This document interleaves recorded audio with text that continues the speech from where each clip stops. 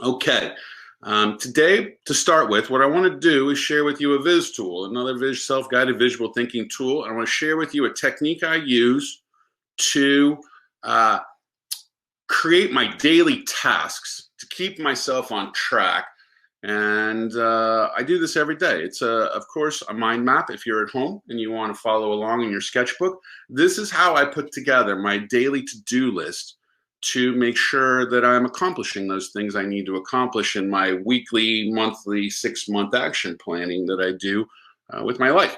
So the first step, I put, a T. For me, I put, one second, a TD in the center.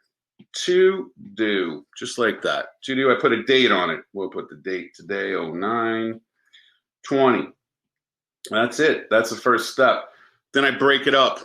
I break it up into phone calls. I got to make some phone calls.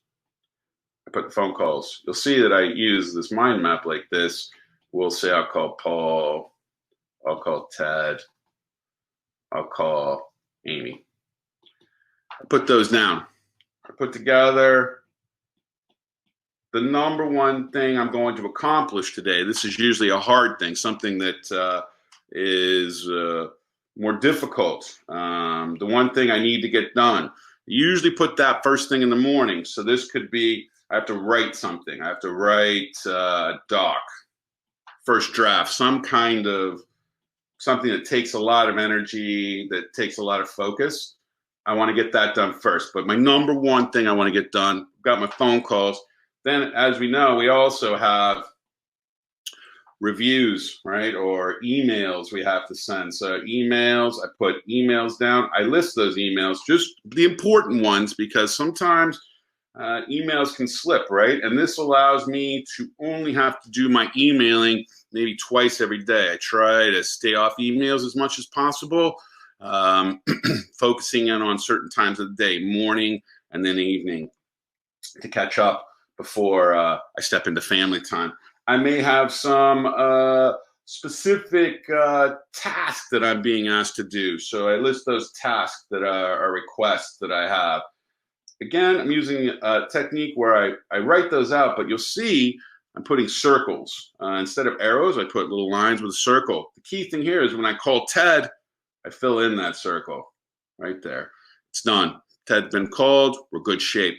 I now can go back to this and review it and get clarification on where I am within my yesterday's activities, so I can refer and pull Amy back into the next day if necessary, if I haven't fulfilled that phone call.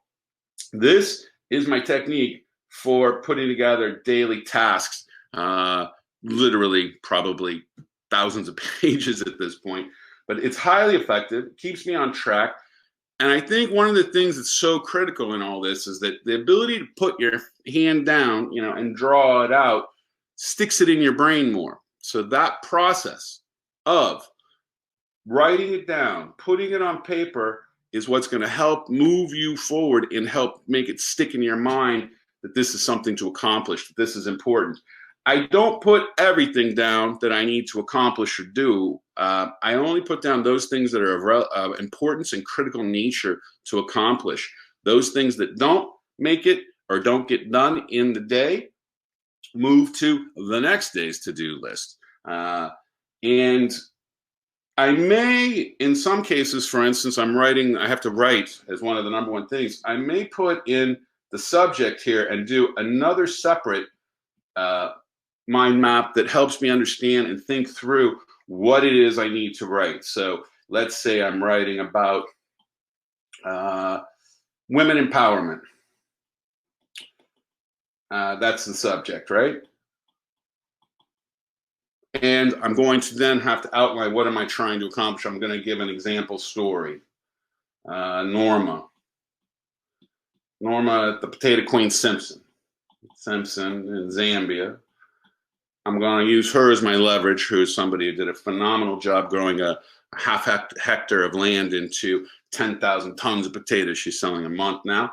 She's a great example. She's also empowering other women. I then focus on examples, research, right? I'm going to pull out my examples, research that's going to help back it up. And then I'm going to pull it together into like 5 steps and then the close that anybody can take. So this allows me to process and think through what am I writing as well when it comes to this number one, writing this document in my action plan. So I'm then taking the next step and creating an outline, which helps me think through and position myself better for whatever it is I need to write. And more of us are going to be need to write or outline a podcast or whatever it is we're trying to put out there and document and share with the world. Creating a mind map of whatever it is you want to write as a first step is always something that's really quite powerful and helps support getting more done faster, more efficiently, and more effectively, particularly if you're stuck right now. What do I do? What is it I need to do right now? Putting together a to-do list and thinking about who to contact. And that person may be somebody who's just giving you inspiration. There's many times I've called up people who have been my mentors or have been part of my life and have them become inspiration to help me get out of a funk or get unstuck or whatever it may be. So that's what I do. That's my technique. I broke that down from weekly, monthly, 6 months to now daily. So now you have a daily example of how you can visually keep track and organize your activities. And then if you're writing any kind of documents, creating a mind map as a first step is a great way to think about, put a structure and a framework about what you're about to write about, and then become more effective and flow and getting a better quality document pulled together, and then distributed and shared to the world. So there you go. Some visual thinking tools